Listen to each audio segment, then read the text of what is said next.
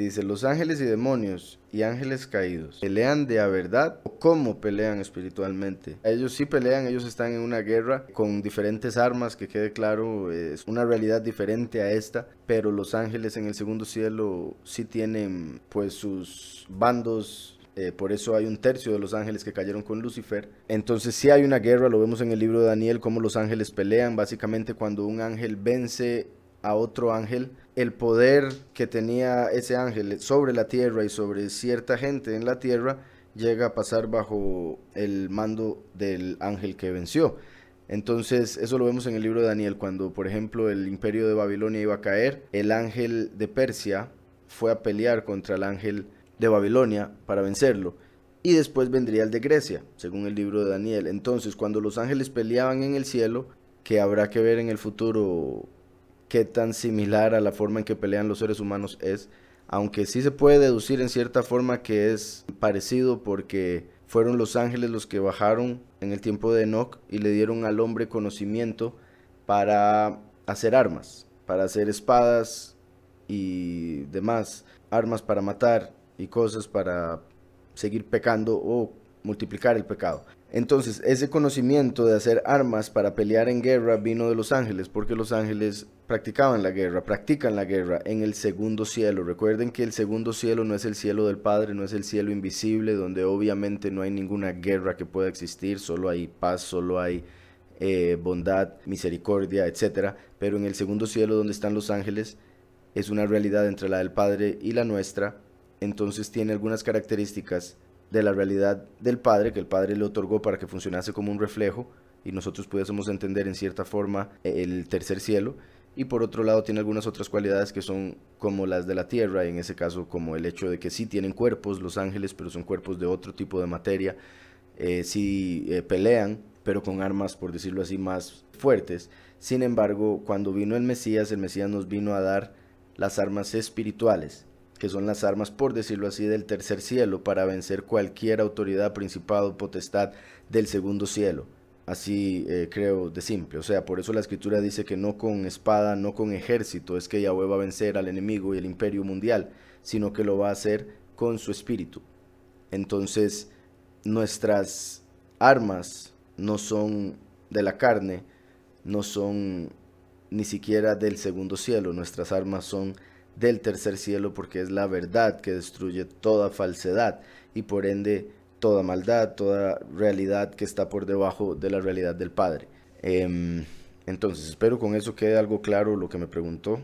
Repito, ellos viven una realidad que es más similar a esta de lo que la mayoría de la gente se imagina, porque la mayoría de la gente se imagina la realidad de los ángeles como una realidad completamente invisible, porque se están imaginando la realidad del Padre Todopoderoso, el tercer cielo, y eso es porque están trabados en el velo. Yahweh hizo 3 velos: el velo de Moshe, que tenía él en el rostro, que es el de la carne; el velo de la entrada del templo, que fue el que se rompe con el Mesías, Yahushua el primero; y el velo del lugar purísimo, que es el que se rompe con la segunda venida, el último, el testigo como Moshe. Entonces, cuando los 144,000 rompen los 3 velos para poder llegar a la presencia del Altísimo, eso quiere decir a través de morir a sí mismos, al aceptar al Mesías y a Yahushua y reconocer la doctrina del último como el buen pastor, van a poder reconocer el tercer cielo, tener las armas más elevadas, por decirlo así, espirituales, para vencer toda la falsedad que está por debajo de Yahweh, repito. Sin embargo, los que no han podido entrar detrás de esos velos, esos 3 velos que mencioné, están detrás de diferentes realidades que son básicamente ilusiones que ellos piensan que son una verdad, como en el caso de los falsos Elohim, la gente que adora falsos dioses. Ellos piensan que tienen poder de verdad, piensan que de verdad son de los cielos más altos, sin embargo son de los cielos, repito, que están dentro del segundo cielo, porque en el segundo cielo hay varias realidades o varias dimensiones. ¿Podrías explicar Hebreos 2.2?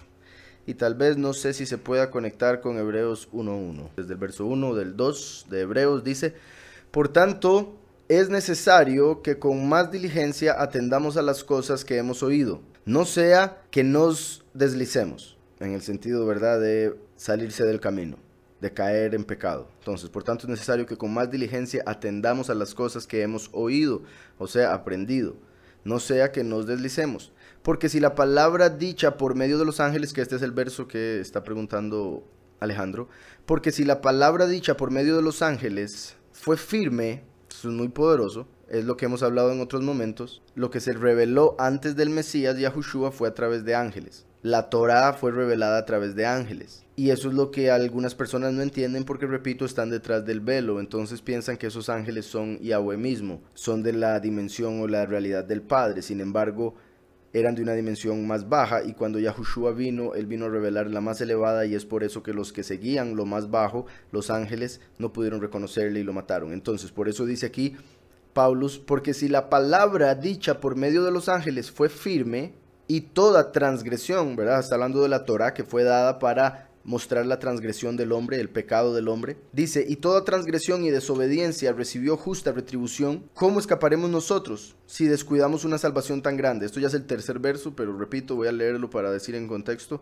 puesto que Alejandro solo me preguntó del segundo. Dice, ¿cómo escaparemos nosotros si descuidamos una salvación tan grande? Aquí está revelando lo que acabo de decir. La salvación que Yahweh nos entregó a través de Yahushua el Mesías es más elevada. El pacto que Yahweh hizo con nosotros a través de la sangre del Cordero es mucho más grande que el pacto que hizo a través de Moisés, que terminó haciendo con sangres de corderos, carneros, becerros. Entonces, si la Torá es perfecta y fue dada a través de ángeles y es firme en todo aspecto, y revela la verdad con respecto a la transgresión, ¿cómo entonces nosotros podríamos llegar a descuidar lo que Yahushua nos ha dado, que es más elevado que lo que se le dio a Moisés en el monte Sinaí? Básicamente, y eso es en un resumen, por supuesto. Ahora, en el capítulo anterior, puesto que me preguntó si se podía conectar, creo que dijo 1.1, Hebreos 1.1, dice, Yahweh, habiendo hablado muchas veces y de muchas maneras en otro tiempo a los padres por los profetas. Es interesante que Yahweh en otro tiempo, o sea, antes de Yahushua y por ende antes de los apóstoles, que tenían la Ruach HaKodesh y eran enviados por el mismo Mesías, que vino de ese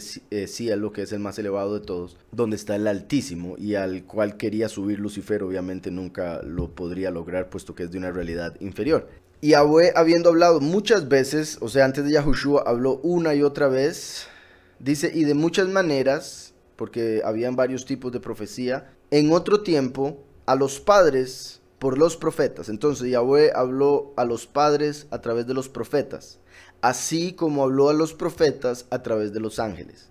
Entonces Yahweh todo lo hace perfecto, lo hace como un espejo, y por eso es que él envió profetas para que hablaran a los padres, porque había enviado ángeles para que hablaran a los profetas. Pero por eso después es que la profecía, en un sentido que en el cristianismo se ha llegado a interpretar como que ya no pueden haber profetas, en algunos ámbitos del cristianismo, que quede claro, porque hay otros donde están llenos de supuestos profetas. Entonces, en algunas doctrinas cristianas se dice que ya no pueden haber profetas, que ya no hay profetas. Eso es un error.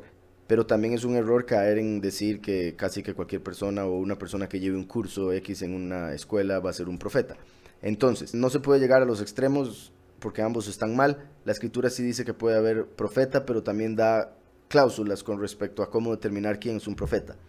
Cláusulas que los del cristianismo no siguen, como otro montón de cosas. Entonces, los profetas hablaron a los padres porque Yahweh envió ángeles a hablarles a los profetas. Pero después Yahushua mismo, Yahweh en la carne, se presentó para hablar directamente, en ese caso a nuestros padres. Y después dejó enviados con ese mismo espíritu para que escribieran y quedara escrito para todos nosotros en el tiempo final. Entonces, si el mensaje que se dio antes del Mesías, que fue a través de ángeles, que terminaron algunos de ellos cayendo, fue firme, lo que se escribió verdadero, sin contradicción, perfecto, cuanto más la revelación más elevada que vino a través del Mesías, hijo de Yahweh. Entonces, desechar lo que Yahushua hizo y nos reveló merece un castigo peor que el que merece aquel que seguía la Torá y la dejó. Básicamente, en resumen, lo que estaría diciendo aquí Pablo.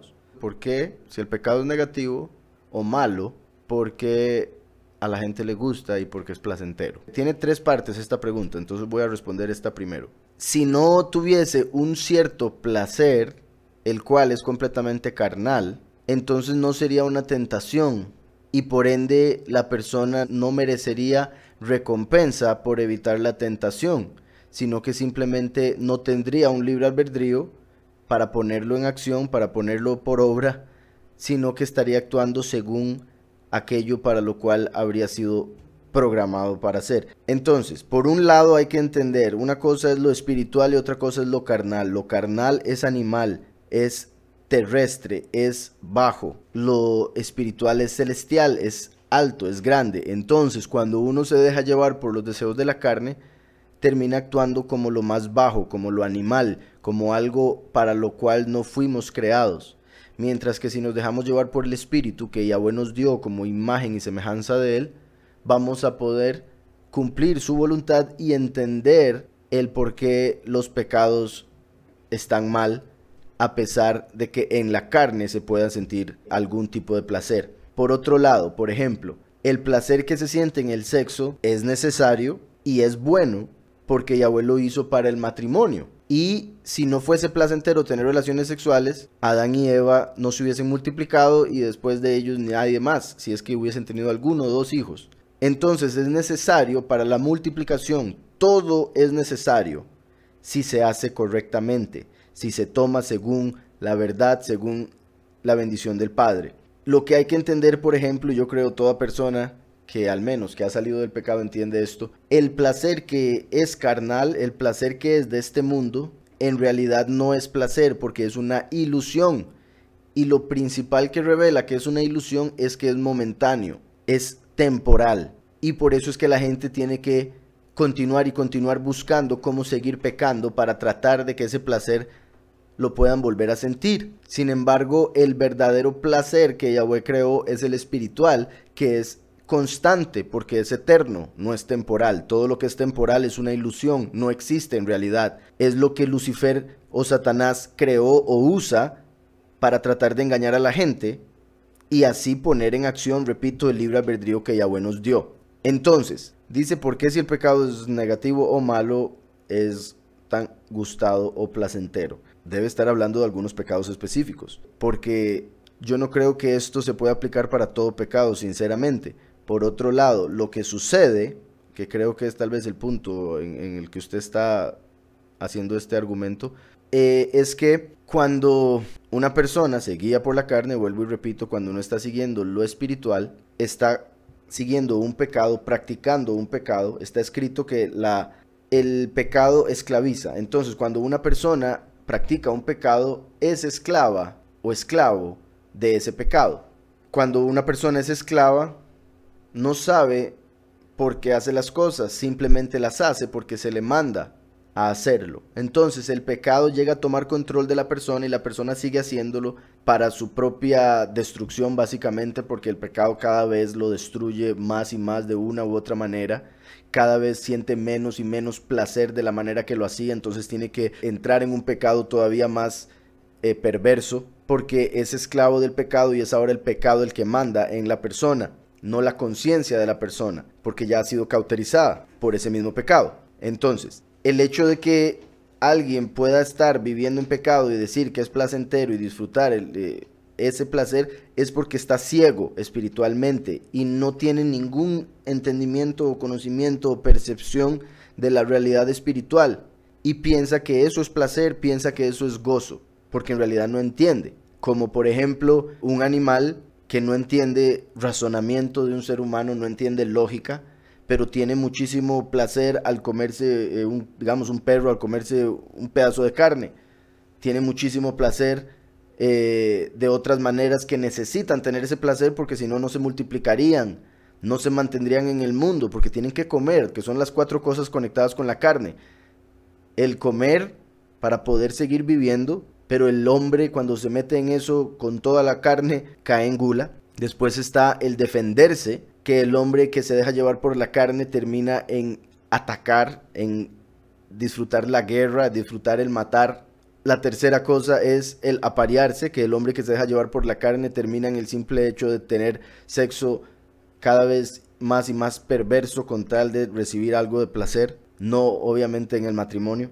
Que el matrimonio es básicamente para poder controlar eso de la carne, para poder controlar esos deseos y esos impulsos que están en la carne. Y por eso los otros tipos de relación sexual fuera de matrimonio son pecado, porque es dejándose llevar por la carne, como un animal. Y el cuarto es descansar. Los animales necesitan descansar, necesitan aparearse, necesitan comer y necesitan saber defenderse. Pero los hombres que piensan actuar como animales, por tener también un conocimiento más elevado que los animales, se pasan de la maldad o de lo que se puede ver en la selva. Porque ya no es defenderse, ahora es atacar. Ya no es comer para sobrevivir, es comer para engordar. Ya no es, y bueno, con eso me refiero a comer para traer un montón de problemas por la gula y todo lo demás. Ya no es tener relaciones sexuales para multiplicarse y para disfrutar del amor en pareja, sino simplemente tener placer, carne, carne, carne. Y ya no se trata de descansar para poder tener fuerzas para un día más, sino que se trata de vagancia, no querer hacer absolutamente nada porque el descanso es placentero. Entonces, hay que entender todos esos puntos y entender que hay dos mundos. Y en el mundo carnal, terrenal, hay un tipo de placer, pero igual que el mundo mismo es temporal y va a dejar de ser. Entonces aquellas personas que quieran ser parte de ese mundo dejarán de ser porque entrarán en lo que será el infierno, porque prefirieron estar en un mundo de maldad, de pecado, de falsedad, de ilusión, de mentira, etc. Mientras que aquellos que aceptan lo espiritual y que se apartan de lo carnal están reconociendo su estado de imagen y semejanza del Padre, están reconociendo su estado de ser humano superior a todas las demás creaciones. Bendito sea Yahweh que nos dio ese honor, y al reconocer eso se apartan del pecado, se apartan de la maldad, usan la razón para hacer lo correcto, usan la instrucción del Padre para hacer su voluntad y serán elevados a un mundo perfecto donde ya no va a existir la ilusión de la mentira, la ilusión de la falsedad, la ilusión del pecado. Entonces en este mundo existen esas dos realidades mezcladas para que la gente decida entre una o la otra, entre lo temporal o lo eterno. Pero el alma en sí, al final va a ser eterna, entonces la decisión que tome va a ser una decisión para la eternidad. Y esa decisión se toma durante este tiempo en el mundo. Y al ser tiempo, por ende es temporal, ¿verdad? Porque cada persona tiene una cantidad de años en el mundo. Entonces, la segunda pregunta que decía aquí es, la escritura dice que todo lo bueno viene del Padre. Exacto, todo lo bueno, pero para eso hay que entender qué es bueno. La ilusión de la carne puede engañar al hombre para pensar que algo que es en realidad malo es bueno. ¿Por qué? Por una emoción, por un placer ilusorio, repito. Pero voy a explicar más. Dice, la escritura dice que todo lo bueno viene del Padre. ¿El pecado forma parte? Por supuesto que no. Es completamente ilógico y contradictoria la misma pregunta. El pecado, según la escritura, es malo, es no dar en el blanco, en lo que respecta a la voluntad del Padre, es salirse de la voluntad del Padre. Y la voluntad del Padre es buena y perfecta. Y todo lo bueno viene del Padre. Entonces, no, el pecado no viene del Padre, imposible.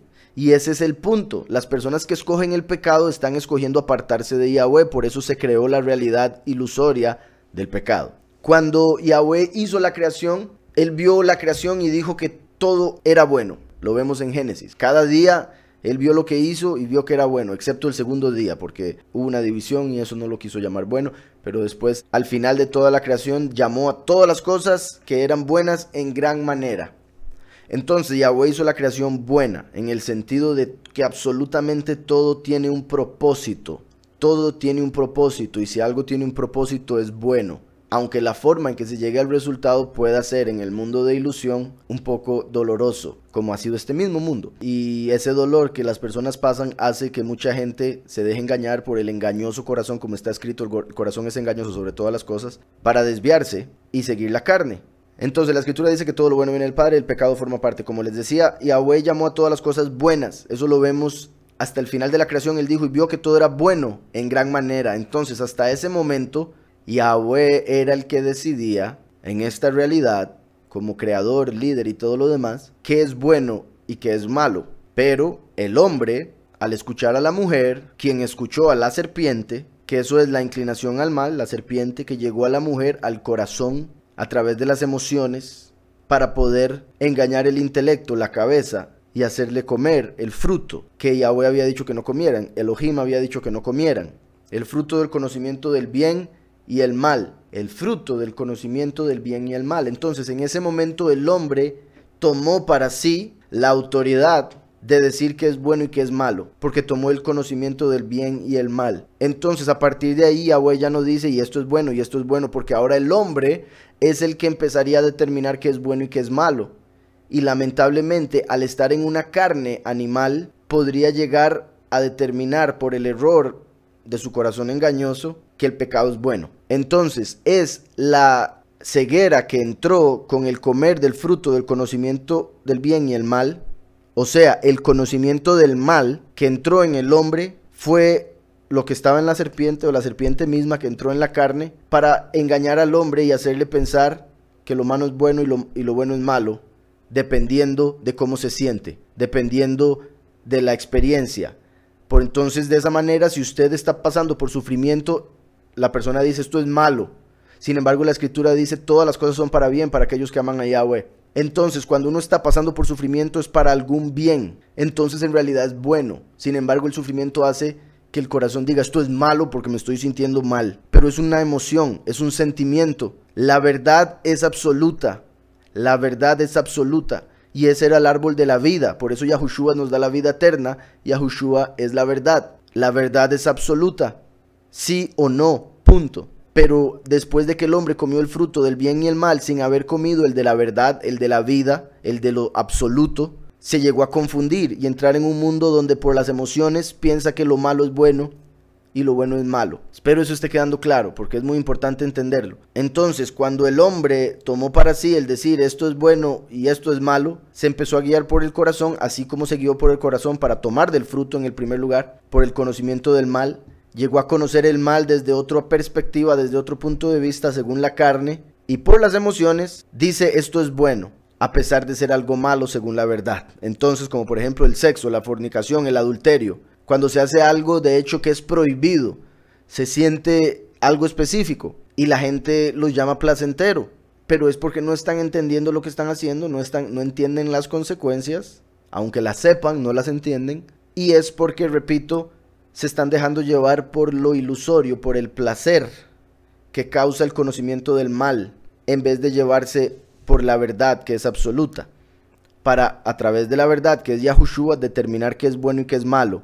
Aunque uno esté sufriendo, es bueno, y aunque unas cosas de lo malo puedan hacer que el cuerpo se sienta bien por unos minutos, si es pecado, es malo, así de simple. Entonces debemos guiarnos por el intelecto que está conectado con la verdad que es absoluta, no por el corazón que está conectado con lo bueno y malo que es abstracto, porque repito, para una persona algo puede ser malo, para otra persona algo puede ser bueno, pero solo se puede saber según la verdad que está por encima de las emociones. Entonces la escritura dice que todo lo bueno viene del Padre, el pecado forma parte. Creo que con eso que expliqué espero haya quedado claro. Dice, ¿por qué evitarlo? Porque lo destruye, porque se lo llevaría al infierno, porque su creador le dijo que lo evite. Eso debería ser suficiente, porque el pecado trae muerte, la paga del pecado es la muerte. Entonces hay muchas razones de por qué evitar el pecado, hay muchas razones obvias, lógicas. Como está escrito, el principio de la sabiduría es el temor a Yahweh.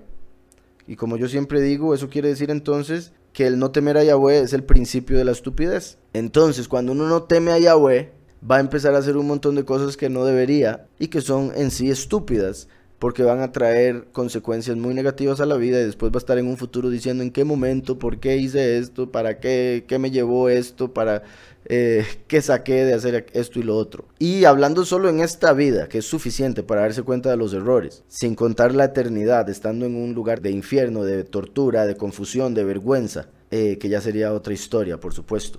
Entonces sí, obviamente les recomiendo a todos no pecar, por su bien. Hay que entender que esto es algo que también a mí me ayudó saliendo de la falsedad de todo lo que se enseña en el cristianismo. Hay que entender que Yahweh no nos da los mandamientos como alguien que simplemente nos está dando unas leyes ilógicas y diciéndonos hágalo o lo mato porque me da la gana. No es eso.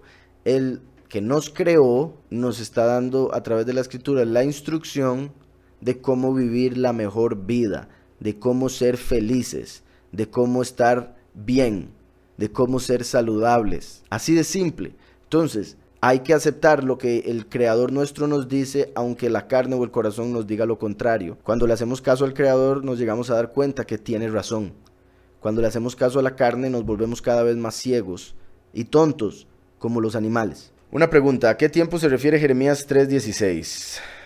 Porque en Revelaciones 11:19 se ve el arca en el templo. 3:16. Convertíos, hijos rebeldes, como ahorita en la apostasía en la que se encuentran aquellos que dicen creer en él y que dicen creer en su hijo. Convertíos, hijos rebeldes, dice Yahweh, porque yo soy vuestro esposo. Os tomaré 1 de cada ciudad y 2 de cada familia, y os introduciré en Sión. Os daré pastores según mi corazón, que os apacienten con conocimiento y con inteligencia. Empieza en el fin de los tiempos con la doctrina de los 2 testigos y entra en el milenio. O sea, esto va a continuar en el milenio.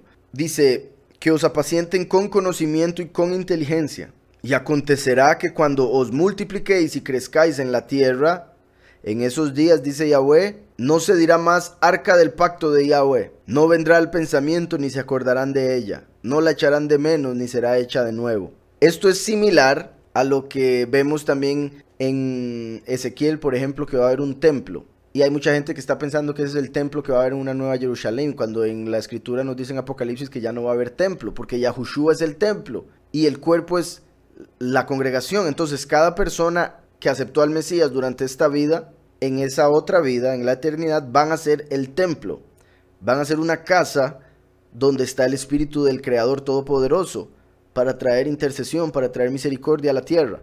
Entonces sí va a haber un templo, pero es el templo espiritual. Por eso en Apocalipsis se dice que no va a haber templo, pero entre los profetas se habla de un templo. Y en otras partes se habla de un templo, pero es el templo espiritual que Yahushua vino a levantar cuando dijo, destruyan el templo y yo lo levanto en 3 días. Estaba hablando de su cuerpo. Entonces, el cuerpo de Yahushua es el templo. Yahushua es el templo oficial porque es la piedra angular. A partir de ahí, todos los que creen en Yahushua son un ladrillo o una piedra en el templo. Por ende, la congregación es el templo. Y si lo ponemos en singular, Yahushua, el Mesías, es el templo. Por eso no va a haber un templo de piedra, aunque se use la analogía o la metáfora de un templo de piedra para referirse al templo espiritual eterno. Lo mismo sucede con el arca. Obviamente, si no va a haber templo, no va a haber arca. Si no va a haber templo, no va a haber arca, porque el arca iba en el lugar purísimo del templo. Y aquí estamos hablando de cosas físicas. En Apocalipsis 11, al puro final, vemos que se menciona el arca. Si leemos todo el contexto, que no lo voy a hacer en este momento, porque es mucho, vemos que es el capítulo de los 2 testigos. Apocalipsis 11 habla de los 2 testigos. Como yo ya he dicho, así como Yahushua, el Mesías, primero es el sumo sacerdote, él es el templo intercesor. El último viene como el gran rey.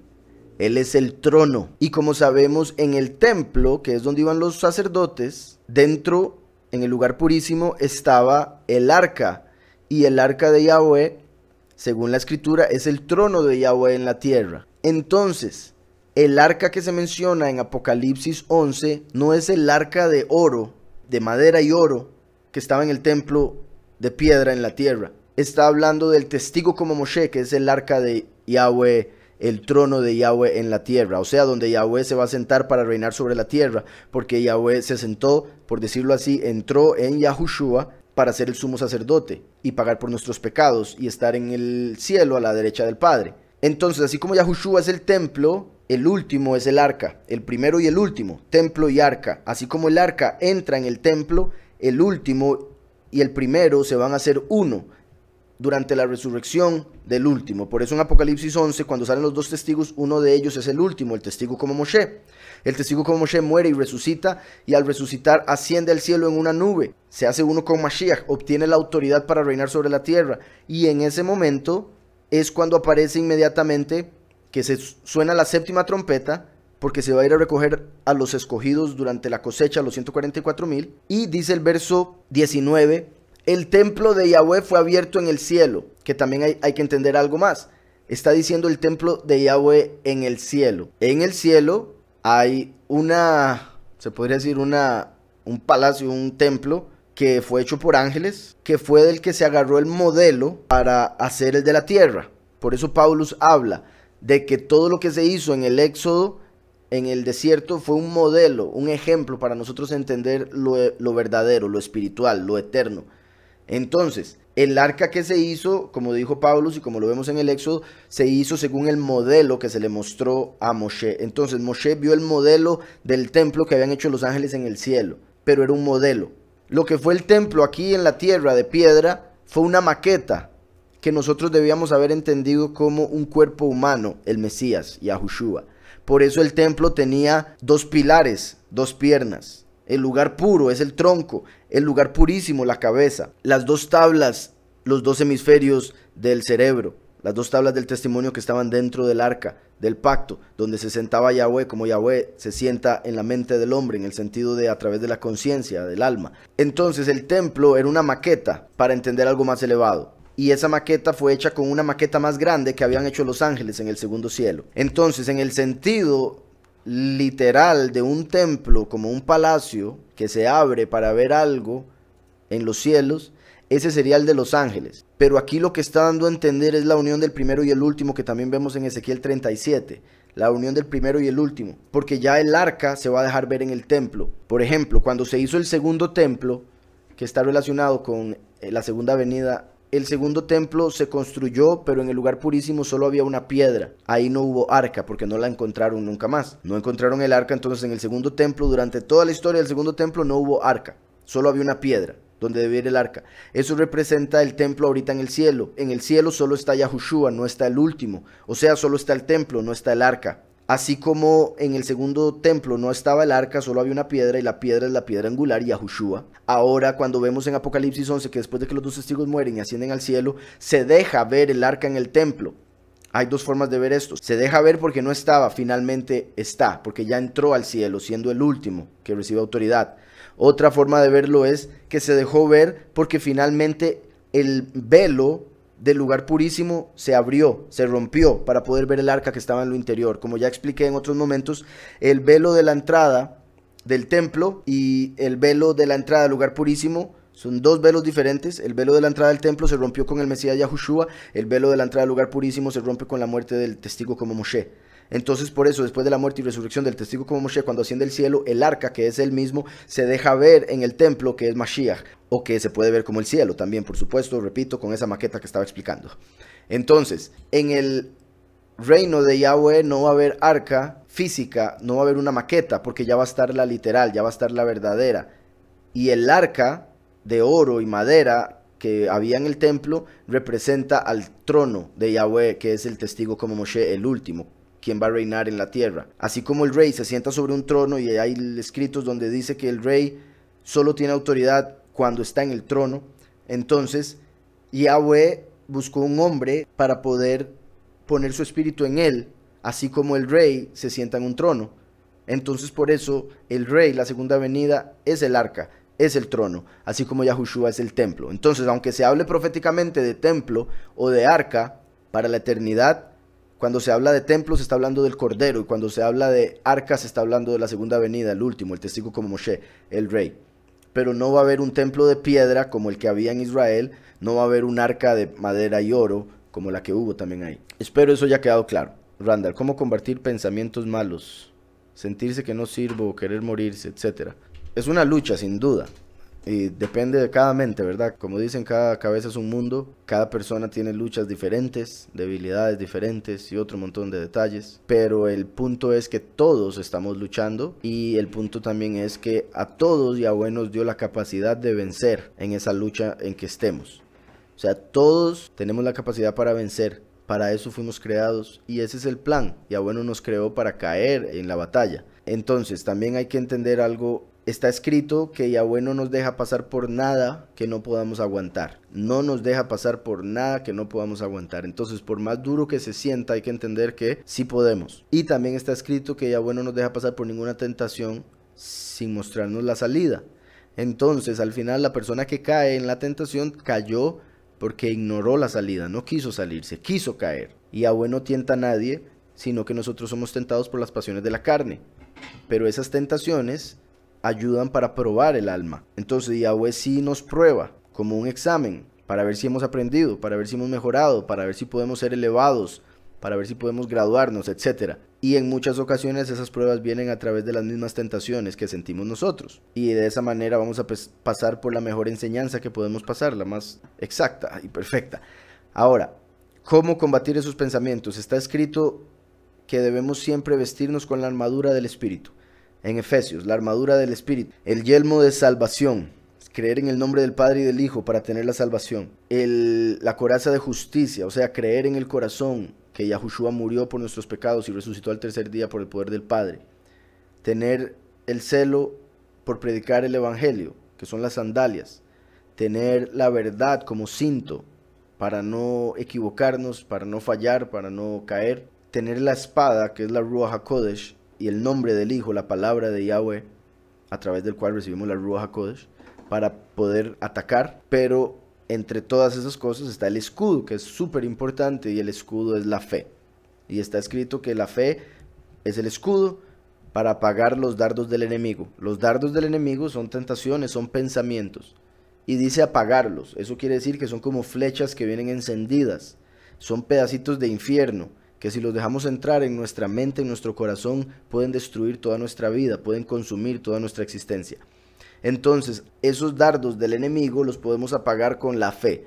Cuando viene un pensamiento de me quiero morir, uno lo apaga con la fe, entendiendo que ese es un pensamiento de Satanás, que no quiere que uno esté vivo porque es una amenaza para él, por ejemplo.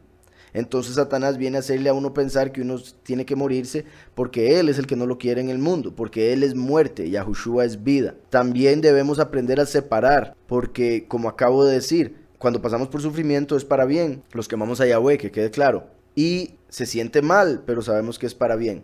Entonces hay ocasiones en las que el enemigo se va a agarrar de pensamientos que vienen de algo positivo para meter algo negativo, como esto de me quiero morir. Entonces también se puede uno poner a analizar por qué es que me quiero morir, qué es lo que me están dando ganas de morirme, y si son cosas de las cuales Yahweh ya nos ha hablado que él va a destruir, que él va a cambiar, entonces llegamos a entender, confirmar en nosotros mismos lo que creemos y saber que solo es cuestión de tiempo, reafirmar nuestra esperanza, reafirmar nuestra fe, reafirmar nuestra creencia en las profecías y demás.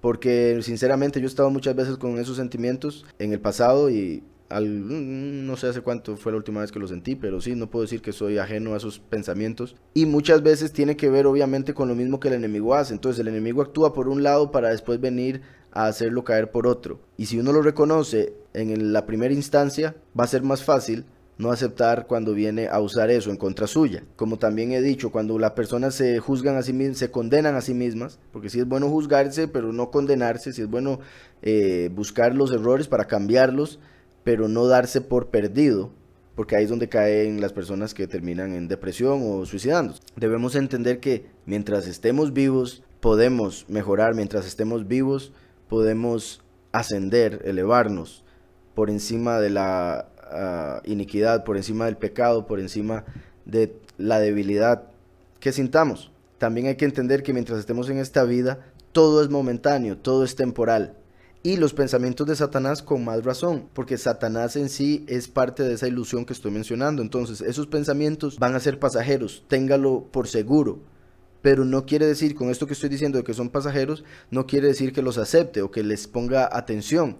Los tiene que rechazar por su fe, por lo que ya sabe, por lo que ya cree, por lo que ya conoce. Y sin miedo enfrentarlos. ¿Por qué es que siento esto? Y repito, enfrentarlos sin miedo, porque esa es la mejor manera de quitarle el poder al enemigo al enfrentarlo. Mostrarle al enemigo que no le tenemos miedo porque tenemos autoridad sobre él y entendemos que él simplemente está haciendo un trabajo para que nosotros seamos mejores personas. Entonces todos esos detalles son cosas que debemos decirnos a nosotros mismos, que debemos creer, y esa fe en Yahweh va a hacer que los dardos que vienen a nuestra mente se apaguen, porque no están de acuerdo a la verdad, no están de acuerdo a la eternidad, no están de acuerdo a la escritura. Está escrito que debemos traer todo pensamiento a la obediencia de Mashiach, todo pensamiento a la obediencia de Mashiach. Entonces, al traer todo pensamiento a obediencia de Mashiach, quiere decir que si viene un dardo, si no es según lo que el Mesías dice, nos deshacemos de él, o lo cambiamos, lo modificamos según la verdad, según lo correcto, para que funcione para algo. Entonces, dice, cómo combatir pensamientos malos, sentirse que no sirvo o querer morirse. También algo que yo pasé muchos años de mi vida con depresión, desde niño, desde que tengo memoria, yo pasé depresión hasta que, bendito sea Yahweh, a través de Yahushua, a través de su nombre y una vida diferente, puedo decir que ya no sufro en lo absoluto depresión. Pero claramente hay días en los que el enemigo va a tratar de traer recaídas o tratar de traer esos mismos pensamientos que antes uno oía o sentía. Y algo que yo llegué a entender, que también es difícil de entender, porque mientras yo estaba en depresión, si a mí me decían eso, yo rechazaba completamente, porque así es como funciona. Pero por mi experiencia yo llegué a entender que la felicidad es una decisión. Igualmente el ponerle atención a estos pensamientos, porque son esos pensamientos los que traen tristeza, y es por la tristeza que uno termina queriendo morirse, pero al final uno puede evitar los pensamientos para no estar triste, y puede hasta, lo cual no considero que sea lo ideal, yo mismo no lo hago, pero lo he leído que sí funciona, se puede hasta engañar al cuerpo para empezar a sentirse mejor. O sea, si uno empieza solo a sonreír, aún sin sentir ganas de sonreír, en minutos se va a estar sintiendo mejor, eso es ya comprobado. Obviamente yo considero que es mejor de adentro para afuera que de afuera para adentro, o sea, considero que es mejor cambiar la mentalidad para que después ya venga la sonrisa o cambie la actitud, pero se ha probado que también se puede hacer a través de hacer que el cuerpo sonría, hace que el cerebro empiece a soltar la sustancia que también ayuda a que uno se sienta mejor, relajado, feliz y demás. Entonces hay varias formas. Pero, repito, en Yahweh, trayendo los pensamientos, obediencia de Mashiach, sabiendo, repito, que la decisión de ser feliz está en uno, porque uno siempre va a poder encontrar cosas para estar triste. Entonces, mejor buscar las cosas por las cuales debemos estar contentos, alegres, sabiendo que somos benditos por el Padre. Solo el hecho de respirar, solo el hecho de entender, solo el hecho de conocerle y otro montón de cosas. Como siempre he dicho, ¿verdad? Hay una cadena que si desde el principio ponemos atención, vamos a traer siempre resultados positivos, y es el pensamiento, la palabra y la acción. Uno no puede tratar de cambiar la acción si no ha cambiado el pensamiento y la palabra. Entonces la mejor manera de cambiar la forma en que uno se empieza a sentir o la forma en que uno actúa por estar triste y todo lo demás es cambiando los pensamientos, obligando a que cambien, batallando con ellos si es necesario, en el sentido de que si va a entrar, pues oblíguese a pensar en otra cosa, principalmente en algo del Padre, en algo bueno, obviamente, pero hay muchas formas de hacerlo, es mi punto. Dice por acá, Shalom, ¿el suicidarse es uno de los pecados imperdonables? Es una buena pregunta. La escritura solo habla de un pecado imperdonable, solo habla de un pecado imperdonable, y que considero hay varias formas de hacerlo. Hay varias formas de hacerlo, siempre basados en lo principal. El pecado imperdonable es la blasfemia en contra de la Ruach HaKodesh. Entonces, un hombre al que Yahweh le ha mostrado su amor, su poder, de alguna manera obvia, y ese hombre decide rechazarle, ese hombre está cometiendo el pecado imperdonable. Y repito, cuando es una forma obvia, por eso uso esa palabra, que el Espíritu le muestra su poder, su existencia, haciendo un milagro, que él pueda ver, que pueda notar algo así, y la persona dice, no, eso es el mismito Satanás. Así es como lo hicieron los fariseos, y ahí fue donde Yahushua lo mencionó. Y hay algunas personas que pueden llegar a suicidarse después de haber conocido la vida. Entonces, en cierta forma se podría hablar, eso es un pecado imperdonable, pero en sí sería por la blasfemia de ir en contra de la Ruach HaKodesh. Y esto lo digo porque me dijo si era de los pecados imperdonables. Solo hay un pecado imperdonable, pero mi punto es, a veces el cometer el pecado imperdonable, no dudo que pueda llevar a algunas personas al suicidio. Por otro lado, en la escritura vemos un par de historias, personas que se suicidaron por razones bastante específicas. Por ejemplo, vemos a Eliyahu, él no se suicidó, pero él dijo en un momento querer morirse. Eso lo vemos en el profeta de Yahweh. Entonces él llegó a sentirse con ganas de morir, a pesar de ser el hombre que Yahweh más había usado en ese momento de la historia.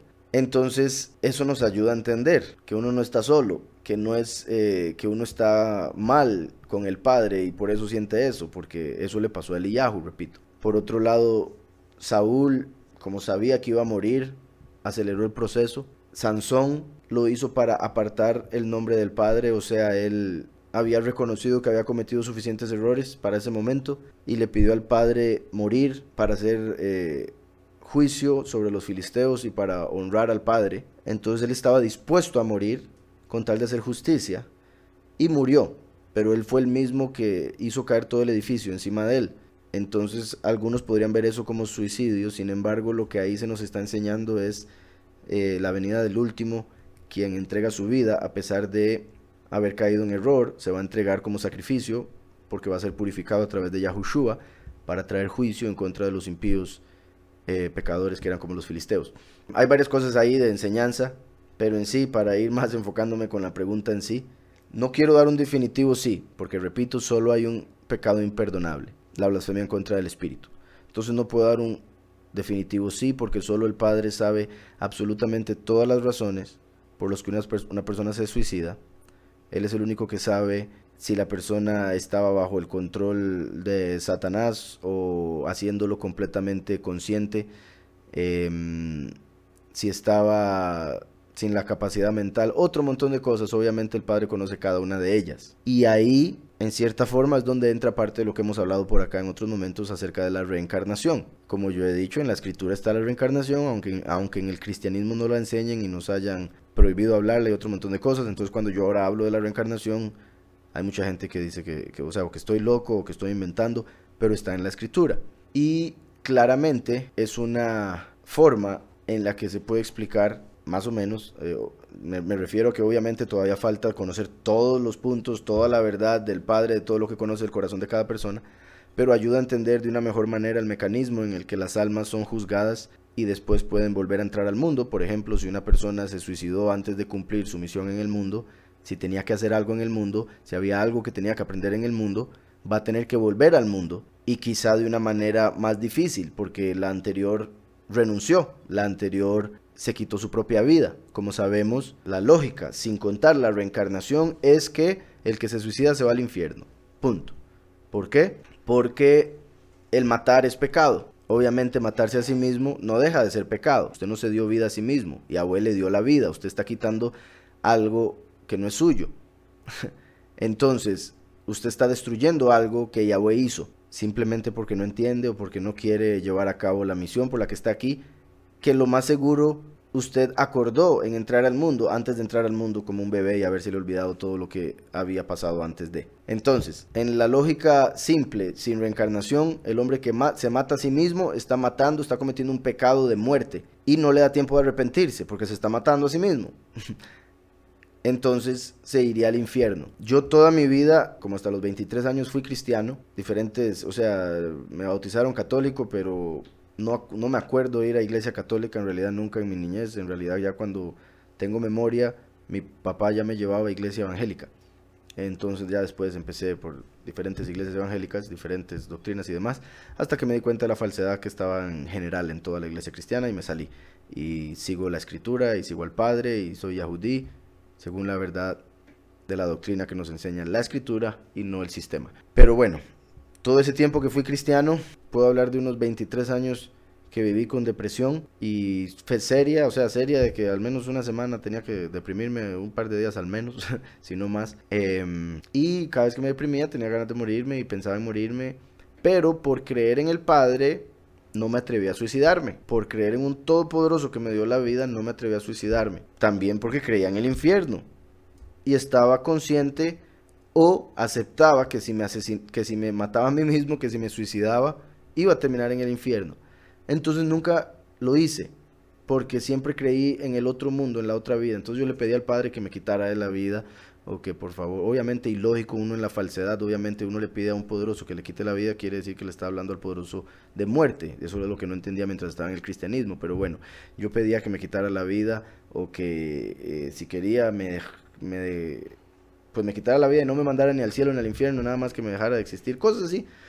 Y obviamente nunca pasó porque aquí estoy hablando. Pero mi punto es, yo no lo hice porque aceptaba que me podía ir al infierno. Reconocía que era justo y eso me mantuvo de no hacerlo. Cuando empecé a estudiar mucho más, llegué a entender la posibilidad de reencarnación. Y digo posibilidad porque, repito, bueno, cuando he explicado la reencarnación, una persona que siempre que viene hace algo bueno puede venir tantas veces como el Padre lo permita o el tiempo lo permita, porque solo hay 6.000 años de historia para reencarnar. Ya después viene lo eterno, donde ya no hay reencarnación, obviamente. Mientras que si una persona cada vez que viene hace algo malo, solo puede venir 4 veces. La original y 3 veces más, que está conectado con cómo la maldición llega hasta la 4ª generación, mientras la bendición llega hasta los millares y millares de generaciones. Entonces, cuando estudié más, llegué a entender la posibilidad de reencarnación para algunos, en el sentido de que puede que alguien se suicide y reencarne, que Yahweh le dé otra oportunidad de cumplir su misión, otra oportunidad de hacer lo correcto, de aceptar al Mesías y entrar a la vida eterna. Y eso es parte de la misericordia tan grande del Padre.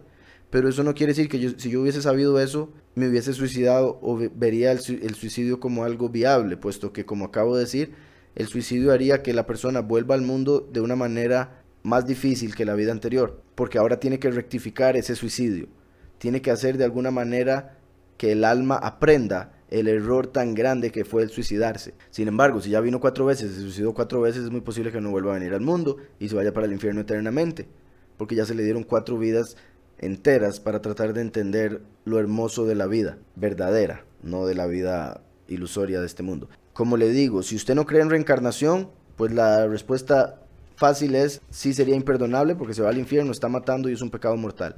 Sin embargo, cuando incluimos la reencarnación, que repito, sí la podemos encontrar en la escritura, la misericordia del Padre se muestra de otras maneras más grandes, con otros mecanismos, y cabe la posibilidad de que no sea completamente imperdonable, y por eso Yahushua no lo incluyó cuando habló del único pecado imperdonable, la blasfemia en contra del Espíritu. Él no dijo la blasfemia en contra del Espíritu y el suicidio, nada más dijo la blasfemia en contra del Espíritu. Entonces yo no dudo que alguien que blasfema en contra del Espíritu pueda terminar suicidándose, pero eso es porque ya estaba muerto desde que blasfemó en contra del Espíritu, y por ende simplemente está cumpliendo, manifestando la realidad que ya había acordado a través de su decisión de blasfemar en contra del Espíritu. Pero el único pecado imperdonable es el Espíritu, por ende creo que hay posibilidad de perdón a través de lo que expliqué como el mecanismo de la reencarnación. Dice Corres, ¿dónde está ahora Yahushua? Él está a la derecha del Padre, sentado a la derecha del Padre, en el cielo. ¿Y por qué le dijo al ladrón en el madero que ese mismo día estaría con él? Porque Yahushua, cuando murió, fue al paraíso. Cuando murió, él fue a tomar las llaves del Seol, la llave de la muerte y del Seol, y fue al paraíso. Entonces le dijo al ladrón que lo vería más tarde, porque el ladrón, a través de haber creído en él estando en el madero, entonces ya iba a poder accesar el paraíso, ya iba a poder entrar a la parte de placer que está en el Seol. Entonces por eso Yahushua le confirmó que más tarde lo vería entrando en el paraíso.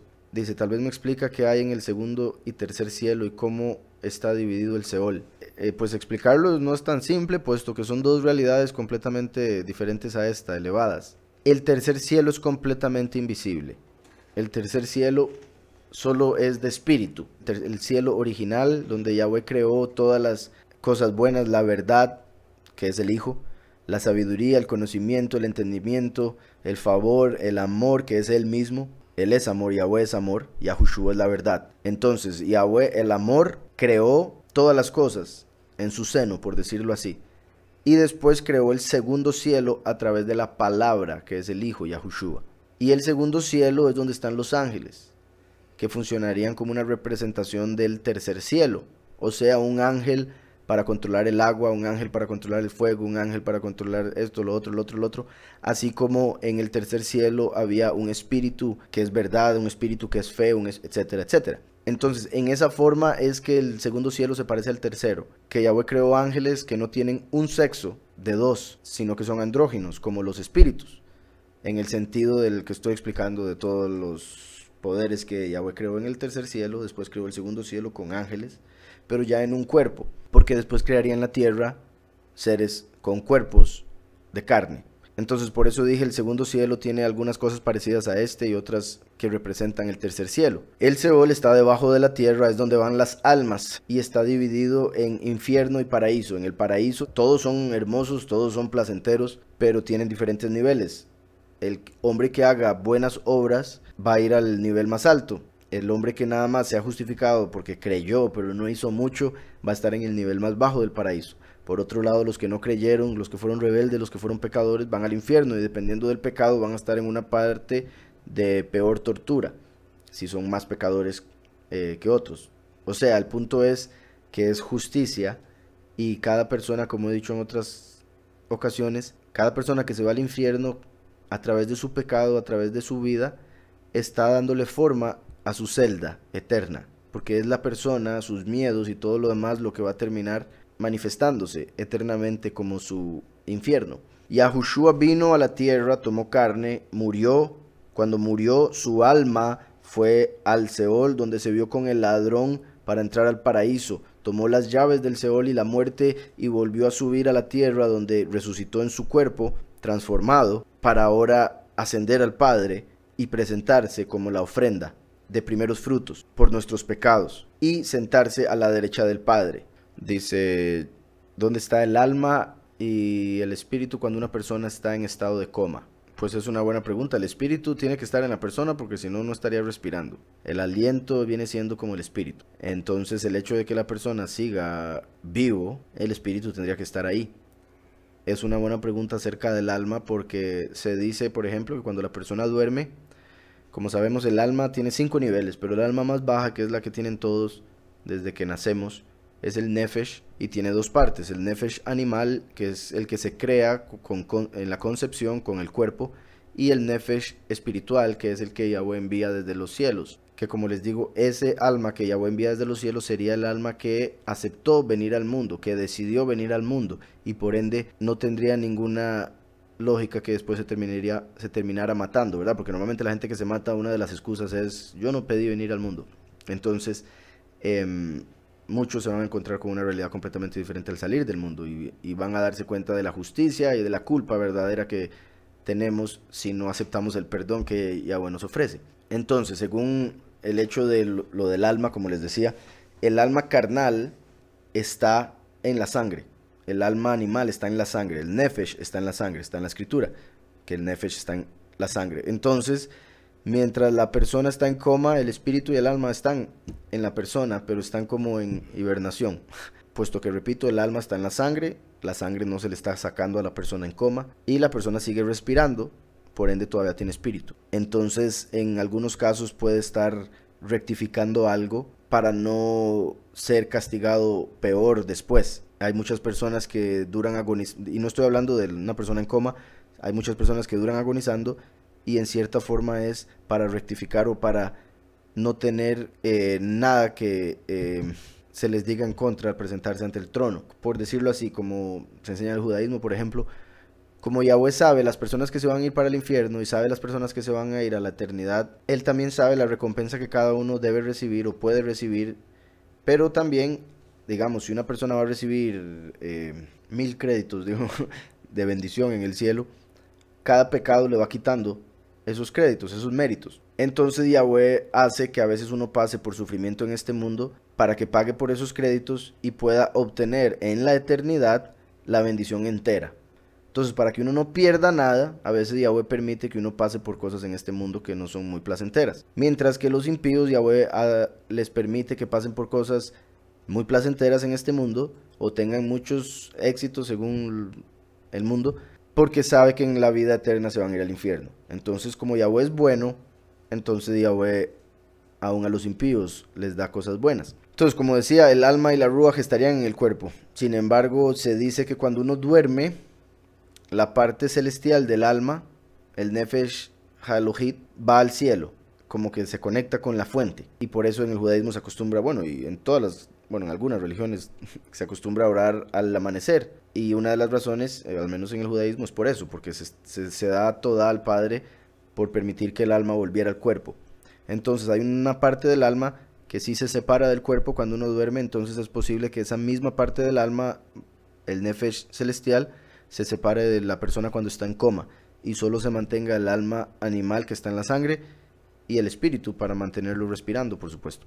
Dice Koresh, puede hablar sobre los 2 testigos. Hay doctrinas que dicen que no vendrán físicamente o que es falso que existirán. Sí, hay doctrinas que dicen eso, pero los argumentos que dan son completamente errados por muchas razones. Toda la escritura habla de los 2 testigos, entonces tendría que explicarle toda la escritura y la doctrina para que entendiera al menos todos los puntos que podemos entender al respecto. Entonces, sí, hay doctrinas cristianas que dicen que los 2 testigos son el Antiguo y el Nuevo Testamento. Eso no tiene sentido, porque ¿cómo van a matar al Antiguo y al Nuevo Testamento y van a morir por 3 días y medio y después van a resucitar después de que sus cuerpos estén en la gran ciudad tirados? Hay versos muy claros que hablan de 2 seres humanos, muchos en la escritura. Por ejemplo, la escritura nos revela que los Yahudim esperaban a 3 personas diferentes, 3 personas, y vino Juan el Bautista y Yahushua el Mesías, o sea, faltó uno por llegar, que todavía no ha llegado, y ese es uno de los 2 testigos, el testigo como Moshe.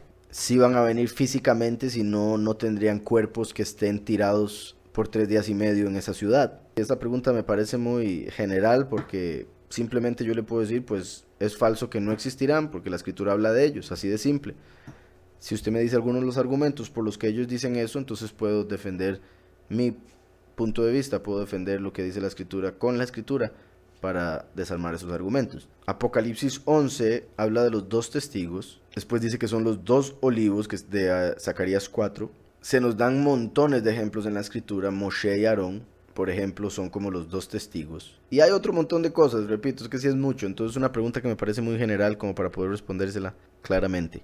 Sin duda son 2 personas que van a predicar 3 años y medio y el mundo los va a odiar y los va a matar. ¿Puede por favor explicar Lucas 1:6? ¿A qué se debe que se mencione como justos a Elisheba y Zechariahu o Elizabeth y Zacarías, cuando en otra parte de la escritura menciona que no existe justo ni uno?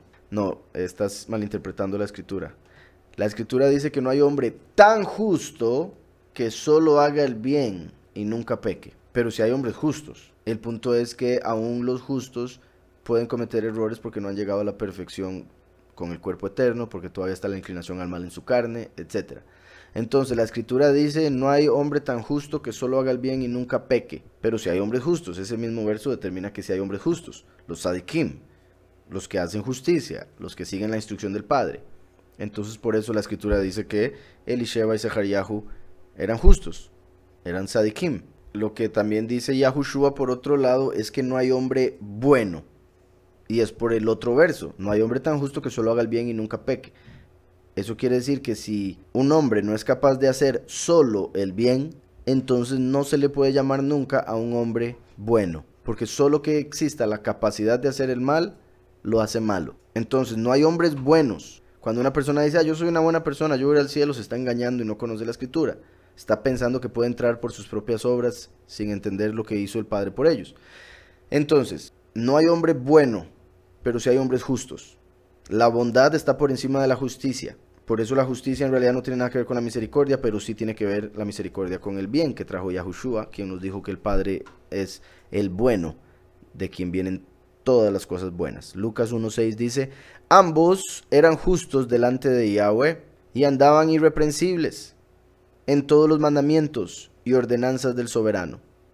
Eso es, eran justos, no eran buenos, porque no hay hombre bueno, pero sí eran justos. Espero eso haya quedado claro. Además de esto, el hecho de que dice ambos eran justos delante de Yahweh y andaban irreprensibles, recuerden que está escrito en la Torá y confirmado por todo lado que Abraham creyó a Yahweh y le fue contado por justicia. En Génesis 15:6 dice, Abraham creyó a Yahweh y le fue contado por justicia. Entonces, por eso es que la justicia viene a través de la fe, pero la fe sin obras está muerta. Entonces, si uno tiene fe, es justificado. Y si uno verdaderamente tiene fe y por ende verdaderamente es justificado, va a empezar a actuar como un hombre justo, va a empezar a hacer justicia. Y por ende delante de Yahweh será justo, como decía aquí que ellos eran justos delante de Yahweh. Porque cuando creemos a Yahweh, somos justificados a través de nuestra fe, la cual también se tiene que mostrar por nuestras obras, pero viene a través de la fe, la justicia. Vamos a ver por acá una pregunta en el WhatsApp. Dice, bendiciones hermanos, Dios los bendiga. ¿Me puede explicar 1 Corintios 15, del 45 al 49? Soy Joel.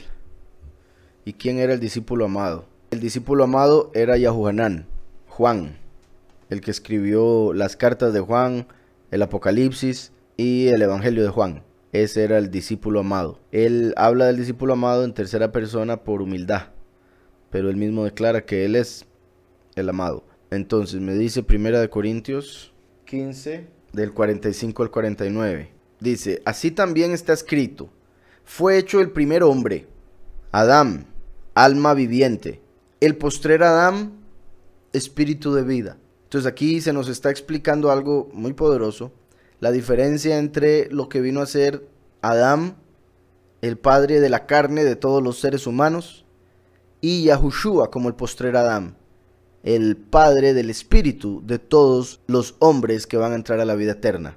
Entonces, fue hecho el primer hombre, Adán, alma viviente. En Génesis vemos que cuando Yahweh envió su Nefesh, el aliento, a través de la ruach, el cual entró en la nariz de Adán, en el momento en el que el nefesh se mezcló con la carne, el cuerpo de Adán, en ese momento se formó el alma viviente, el nefesh. Entonces, cuando se mezcló el neshama con el cuerpo, se formó el nefesh, alma viviente. Y nosotros vinimos a ser hijos de él, por ende, todas nuestras almas de una u otra manera estuvieron originalmente en Adán. Cuando Adán empezó a tener hijos, se empezó a separar entre todos los seres humanos de la tierra. Dice, el postrer Adán, o sea, Yahushua el Mesías, el último Adán, espíritu que da vida. Espíritu que da vida. Esto es muy interesante también porque recuerden que en el judaísmo se dice que Mashiach es la reencarnación de David, quien fue la reencarnación de Adán. Porque en el nombre Adán, Aleph, Dalet, Mem, las tres letras hebreas del nombre Adán, son las tres letras de los nombres Adán, David y Mashiach. Entonces, en el judaísmo se dice que el Mesías sería la reencarnación de Adán. Es curioso que Pablo usa esa imagen para revelarnos esto, diciéndonos que Yahushua es el último Adán. Ahora, yo no estoy diciendo que Yahushua el Mesías sea la reencarnación de Adán, pero sí es posible que el último, el testigo como Moshe, sea la reencarnación de David, que fue la reencarnación de Adán, porque tiene mucha lógica con otro montón de cosas que vemos en la escritura, que el primer hombre que Yahweh creó fuese el último hombre en venir, y que el hombre que fue el padre físico de todos los hombres de la tierra terminará siendo el padre de la iglesia, como el testigo como Moshe. Entonces, como siempre he dicho, lo que se cumple con el primero espiritualmente se cumple con el último literalmente. Aquí estamos viendo Pablo explicándonos la forma en que se cumplió espiritualmente con el Mesías, o sea, simbólicamente con el Mesías, el que él fuese el último Adán, porque él vino a darnos el espíritu de vida. Ahora se va a dar literalmente esta enseñanza de Pablo con el último, como literalmente el último hombre, último Adán, que a través del espíritu que dio Yahushua el primero, va a darle vida a los 144,000 escogidos. Entonces dice, el postrer Adán, espíritu que da vida, por eso Yahushua es el espíritu de verdad que nos da la vida eterna, así como nosotros recibimos el alma de Adán, del postrer Adán, Yahushua, recibimos el espíritu de vida eterna. Una cosa es alma viviente que se puede morir y otra cosa es espíritu que da vida. Una cosa es tener una vida que se puede gastar, una vida útil, y otra cosa es ser una fuente de vida, que es lo que nos convertimos cuando recibimos el espíritu de Yahushua, el postrer Adán. Dice el verso 46, pero lo espiritual no es primero, sino lo animal, luego lo espiritual. Por eso, como les digo, primero vino Adán con la carne y después vino Yahushua para ofrecernos el cuerpo nuevo, el espiritual. Primero es lo animal, luego lo espiritual. Por eso primero vino la Torá, después vino el favor. Primero vino la ley y los profetas, después vino la verdad y el favor con Yahushua. Y los que actúan según la letra, actúan como animales. Porque primero vino lo animal, luego lo espiritual. Dice, pero lo espiritual no es primero, sino lo animal, luego lo espiritual. El primer hombre es de la tierra, por eso se llamaba Adán. Fue tomado de la Adamá, del suelo. Terrenal. El segundo hombre, que es el soberano, es del cielo.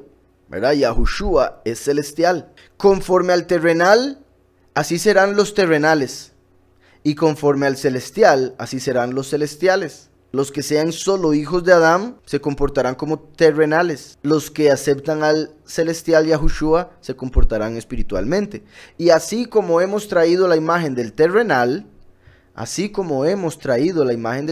¿verdad? Porque somos hijos de él en la carne y por ende nos parecemos porque todos tenemos, si nacimos bien según la voluntad del Padre, 2 ojos, una nariz, una boca, 2 oídos, 2 brazos, 2 pies, etcétera, etcétera.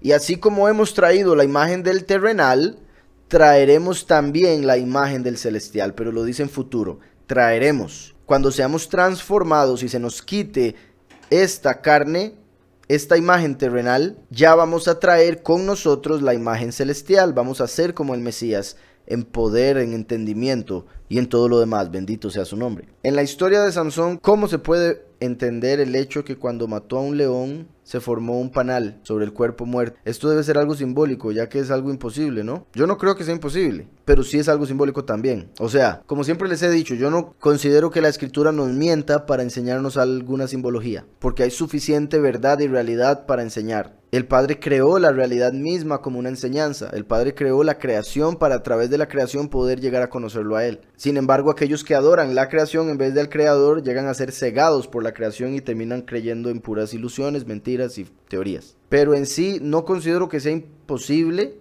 Tal vez alguien que sepa mucho de abejas me diría, no, es que un cuerpo muerto, ¿cómo se le ocurre? Pero puede ser que el Padre, por alguna razón, haya puesto en esas abejas, ese día en particular, hacer ese panal en ese león, para que quedara escrito la historia y nosotros pudiésemos entender la enseñanza. La mayoría de la gente, cuando piensa en Sansón, solo recuerdan el hecho de que se le cortó el pelo y perdió el poder. Entonces se ve de una manera muy, cierta forma, simple, y al mismo tiempo esa simpleza de explicar la historia hace que sea más difícil de creer como algo que verdaderamente sucedió. Cuando vemos toda la historia es más complicada la situación. Él llevaba un voto, el voto del nazariato. Entonces él no podía hacer tres cosas. Mientras él mantuviese ese voto sin romper esas tres cláusulas, él estaría cubierto del espíritu de Yahweh, y eso hacía que fuese bendecido en maneras específicas como para ser juez de Israel, específicamente teniendo una fuerza sobrenatural como la de un ángel, por ejemplo, puesto que Sansón de hecho representa la venida de Micael como hombre. Sansón quiere decir sol, solcito. El último es el sol de justicia, entonces hay una conexión de Sansón con el último como sol.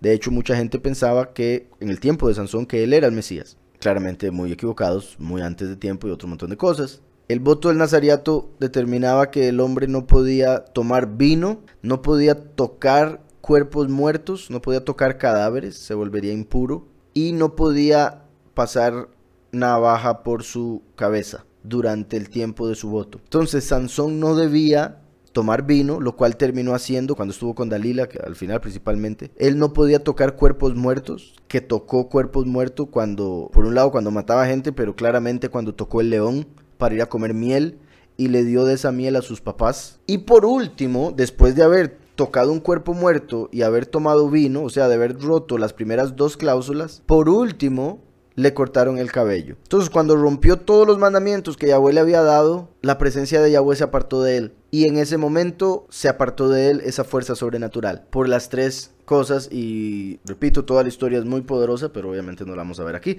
De Jueces 14, voy a leer desde el 5. Dice: Sansón descendió con su padre y con su madre a Timnat. Cuando llegaron a las viñas de Timnat, un león joven vino rugiendo hacia él. Un león joven. Recuerden que Satanás anda como león rugiente viendo a ver a quién devorar. Pongan atención a esto, por favor. Satanás anda como león rugiente viendo a ver a quién devorar. Un león joven vino rugiendo hacia él. ¿Hacia quién? Hacia Sansón, que representa a Mashiach. Entonces el espíritu de Yahweh vino sobre Sansón. Y cuando digo Mashiach, representa al último profeta como Moshe. Entonces el espíritu de Yahweh vino sobre Sansón, quien despedazó el león. Si el espíritu de Yahweh vino para que destruyera el león, es porque representa que el león era Satanás, y Yahweh está usando al último para destruir a Satanás. Así como todos nosotros debemos destruir a Satanás en la vida de cada uno. Cada vez que se presenta el enemigo para tratar de hacernos caer, debemos despedazarlo, espiritualmente hablando, que quede claro. Dice: quien despedazó al león como quien despedaza un cabrito. Qué curioso, Satanás mató a Yahushua el cordero, y lo mató también como un macho cabrío, como el macho cabrío de Yom Kippur. Ahora viene el último y va a matar al león, a Satanás, que anda como león rugiente, lo va a matar como si fuera un cabrito, como si fuera el macho cabrío. Curiosamente, había un macho cabrío que se sacrificaba para Yahweh y un macho cabrío que se sacrificaba para Azazel, y Azazel es la persona del falso Mesías. Eso quiere decir entonces que Yahweh a través del último va a destruir a Satanás a través del falso Mesías, sin tener nada en sus manos. Él no contó ni a su padre ni a su madre lo que había hecho, ¿verdad? No contó nada. ¿Por qué? Porque los papás sabían que él no podía tocar cuerpos muertos. Entonces mantuvo el secreto porque ya había fallado en eso. Descendió pues y habló con la mujer, y ella agradó a Sansón. Él había bajado a buscar esposa. No era una esposa buena, pero era la voluntad de Yahweh que él se casara con ella, para que a través de esa situación Sansón trajese juicio sobre los habitantes de esa tierra. Entonces es una historia interesante también en esos aspectos que después mencionaré cuando leamos esto en estudio. Dice el verso 8: al volver después de algunos días para tomarla como su esposa, se apartó del camino para ver el cuerpo muerto del león. Se apartó del camino para ver el cuerpo muerto del león, y vio que en el cuerpo del león había un enjambre de abejas y un panal de miel. Tomándolo en sus manos, fue comiéndose la miel por el camino. Fue comiéndose la miel por el camino.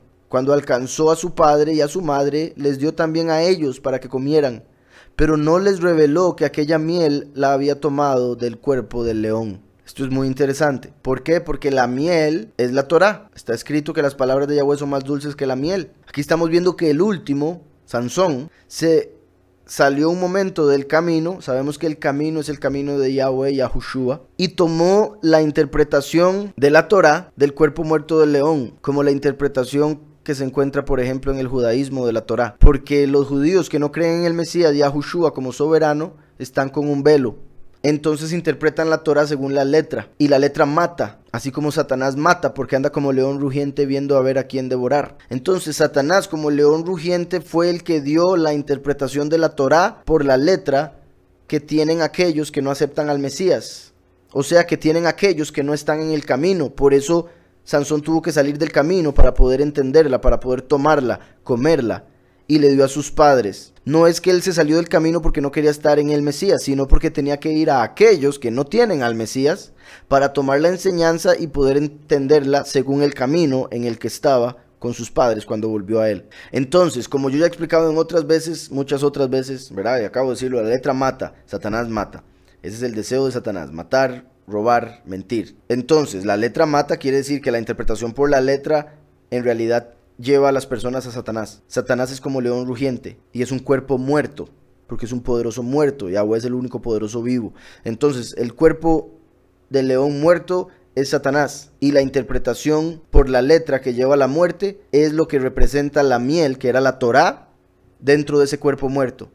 O sea, otra forma de verlo, el último va a aquellos que no tienen al Mesías, que no creen en el Mesías, o sea, que no están en el camino y tienen la interpretación de la letra que lleva a muerte del león rugiente, para sacarla de ahí, para quitarla de ahí y ahora traerla al camino y comerla en el camino, o sea, interpretarla según la verdad que es Yahushua, el camino, a Yahweh. Entonces está agarrando la Torá del enemigo para traerla al verdadero camino. Está trayendo la Torá de la falsa interpretación para aplicarla según la verdad, la verdadera interpretación. La miel que estaba en el león ahora estaba en manos de Sansón, quien estaba en el camino. Pero eso esté claro, porque sí es muy importante y sí es una revelación muy poderosa acerca de la Torá, de en manos de quien estaba, de quien la interpretó y cómo tiene que venir el último a tomarla de él, del falso Elohim, del falso Mesías, de Satanás, para interpretarla según el camino de la verdad. Pero claramente por la ley de la letra, Sansón iba a ser juzgado como pecador por haberse atrevido a tomar esa miel. Entonces hay varios detalles que se pueden seguir diciendo, pero aquí voy a cerrar, creo que con eso se entiende. Repito la lectura: al volver después de algunos días para tomarla a la mujer, o sea, en la segunda venida para tomar a la iglesia, en este contexto que estamos viendo, se apartó del camino para ver el cuerpo muerto del león. Se apartó del camino a aquellos que no aceptan el camino para ver la iglesia falsa, puesto que así como el cuerpo del Mesías es la iglesia verdadera, la congregación verdadera es el cuerpo del Mesías, entonces el cuerpo del león, el cuerpo muerto del león, es la falsa iglesia. Entonces el último se apartó para ir a aquellos que no están dentro de la iglesia para ver qué es lo que enseñan, qué es lo que creen, y vio que el cuerpo del león había un enjambre de abejas y un panal de miel, y vio que había una instrucción, una Torá muy poderosa dentro de esta iglesia falsa o de esta religión falsa, en este caso el judaísmo, y digo falsa porque no aceptan al Mesías, y un panal de miel. Tomándolo en sus manos, tomándolo, todo el panal, no agarró un poquitito de miel, tomando todo el panal, o sea, tomó la Torá de aquellos que la han tenido como si fuera de ellos y la han interpretado todo el tiempo según muerte, según la letra, se las quitó, tomó la Torá, o sea, tomó el panal, tomándolo en sus manos, fue comiéndose la miel por el camino, fue interpretándola y tomando las palabras de Yahweh que son dulces como la miel para aplicarla según la verdad que es el camino. No se la fue comiendo aparte del camino, no se la fue comiendo antes de llegar al camino, se la fue comiendo por el camino. Cuando alcanzó a su padre y a su madre, les dio también a ellos para que comieran. Como uno cuando recibe la doctrina verdadera, uno desea que los padres la escuchen, que los hermanos, que los seres amados. Pero no les reveló que aquella miel la había tomado del cuerpo del león. Hay algunas cosas que no se pueden revelar abiertamente o inicialmente porque pueden apartar a la gente. Ellos disfrutaron de esa miel. Si Sansón les hubiese dicho dónde la tomó, ellos por el pensamiento de su engañoso corazón, por la letra, hubiesen pensado que estaban pecando y no hubiesen disfrutado nada, hubieran botado todo. Como cuando David entró y comió el lejem de la proposición del templo. Algunos hubiesen pensado que él estaba pecando, pero él entendía.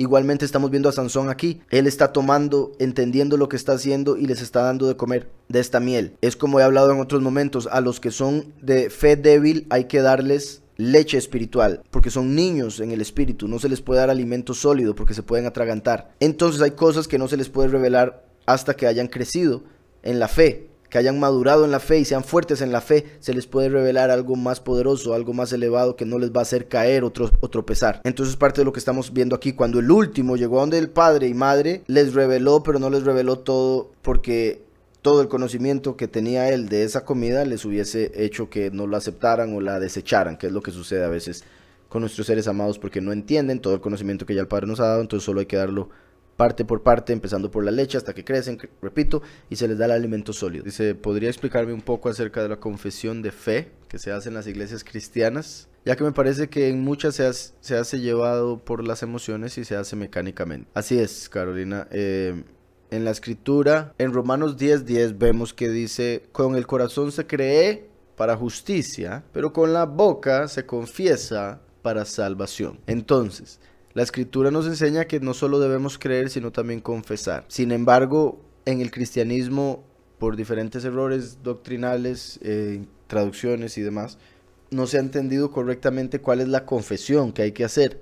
Entonces ellos inventaron esta oración para que las personas la digan con su boca cuando dicen creer, y ellos piensan que eso es como, ya por haber dicho la oración, ya están salvos. Y en algunos casos no es tan así, pero sí llegan algunas iglesias donde, como dice usted, se dejan llevar por las emociones y se hace completamente como algo mecánico. No se explica el por qué hay que confesar algo, no se explica para qué sirve. La gente en un momento de emoción dice yo quiero ser salva, sin entender qué es lo que eso significa, sin entender qué es lo que tiene que hacer, cómo hacerlo, y que es un momento en el que su vida cambia, y a partir de ese momento su vida tiene que cambiar en todo aspecto, sus pensamientos, sus palabras, etcétera, etcétera. Pero todas esas cosas no se enseñan. Entonces se piensa que usted puede seguir la vida normal y el cambio va a ser mágico después de haber simplemente dicho que acepta a Jesús en su vida, que es básicamente en lo que se resume esa confesión que hacen los cristianos.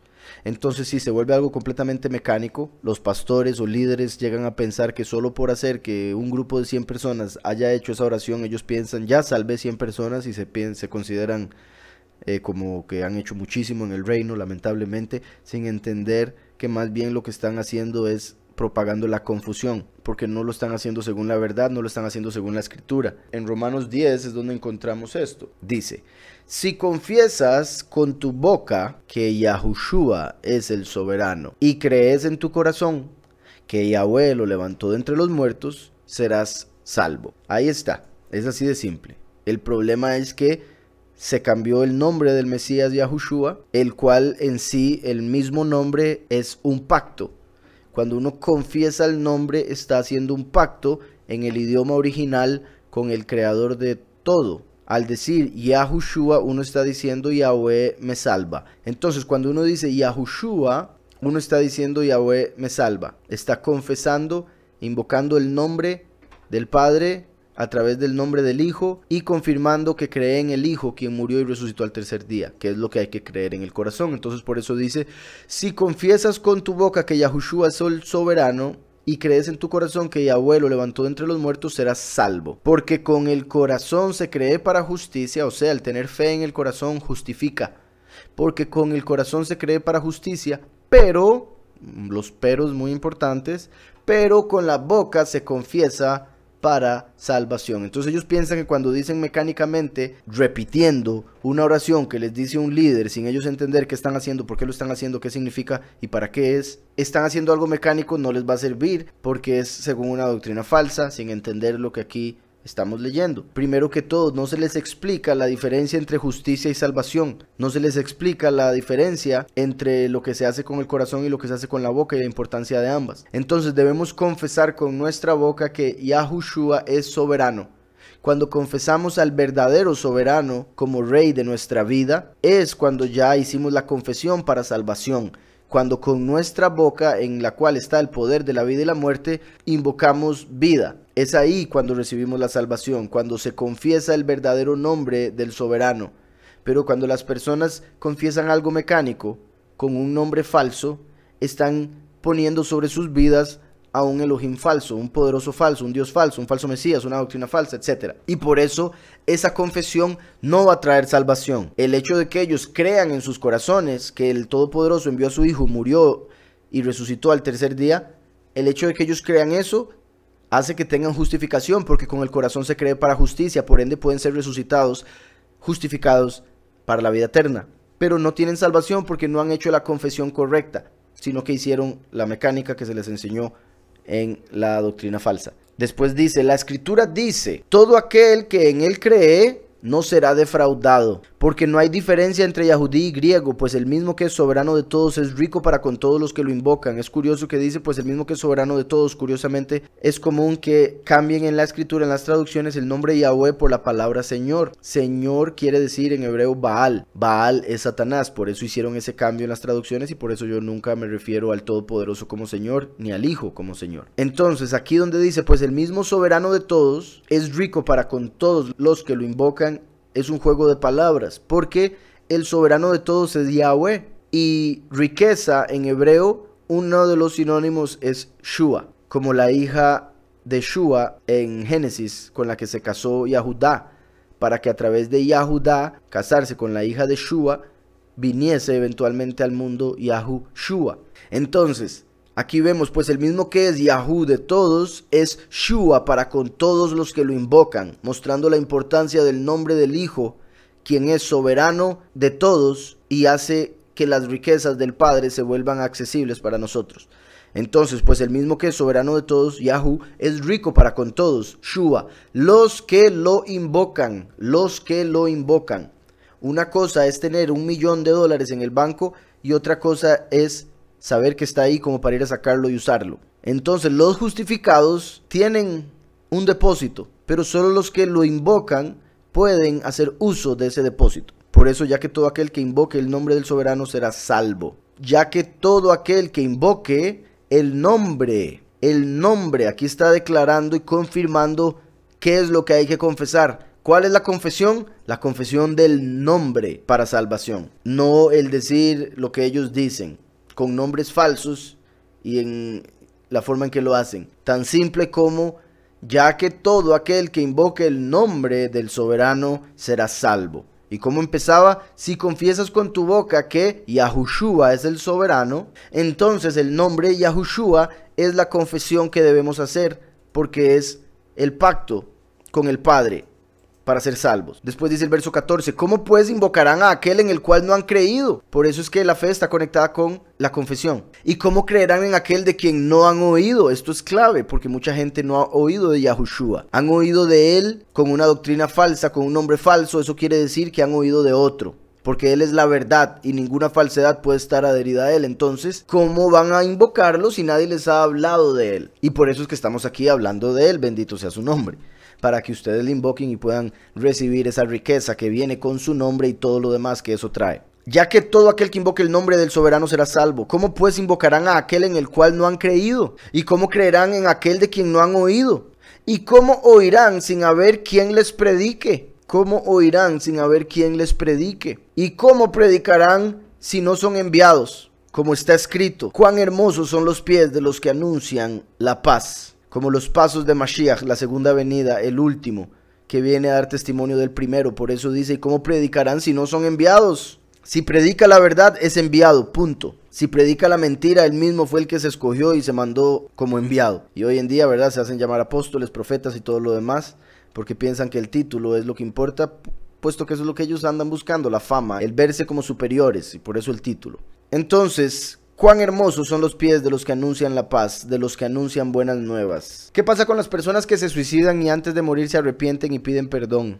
Tienen tiempo para arrepentirse, pero no conocen el nombre y lo hacen con los falsos nombres. Si tienen fe y de verdad se arrepintieron, son justificados, serían resucitados y entrarían como parte del pueblo en la vida eterna. Pero por la forma en que me lo está diciendo, sería como que entran como pueblo en el nivel más bajo. Pero hay que entender que el nivel más bajo en la vida eterna está muy por encima del nivel más alto en este mundo. Pero eso quede claro. Por eso Yahushua dijo de Juan el Bautista que él era el más grande de los nacidos de mujer, pero el más pequeño en el reino de Yahweh es más grande que él. Dice por acá Brian, a propósito de la sangre, el alma, etcétera, ¿qué piensa en cuanto a las transfusiones de sangre? Por ejemplo, los testigos de Jehová no lo permiten. Sí, los testigos de Jehová no permiten la transfusión de sangre basados en un verso que dice que no debemos comer sangre. Entonces, están interpretando mal ese verso, puesto que una cosa es comer y otra cosa es una transfusión. La escritura también dice que no hay amor más grande que dar la vida por sus amigos, y la vida está en la sangre. Entonces se podría interpretar también que dar sangre para que alguien viva es una forma de dar su vida para que otra persona pueda continuar viviendo. Es una forma de mostrar amor, puesto que volvemos a lo mismo. En la sangre lo que estaría sería el nivel más bajo del alma, que es para que funcione el cuerpo, para que funcionen las diferentes partes del cuerpo, que funcionan automáticamente sin que uno las piense. Y no voy a entrar en detalles porque algunos son un poco, bueno, sí, complicados. Entonces, podría entender, por supuesto, algo en el sentido de que uno está dando del alma de uno para que otra persona pueda continuar viviendo. Entonces, si hay una connotación espiritual, por supuesto, y por ende, yo sí aconsejaría tener mucho cuidado de cuando se decida, o si alguien decide darle sangre a alguien, primero que tenga cuidado y que sepa exactamente de quién va a recibir esa sangre, de asegurarse de que la va a recibir, porque lamentablemente en este mundo el Illuminati, el gobierno mundial, ellos beben sangre, se alimentan de sangre porque poder en la sangre, hay vida en la sangre, entonces hay bancos de sangre que ellos usan.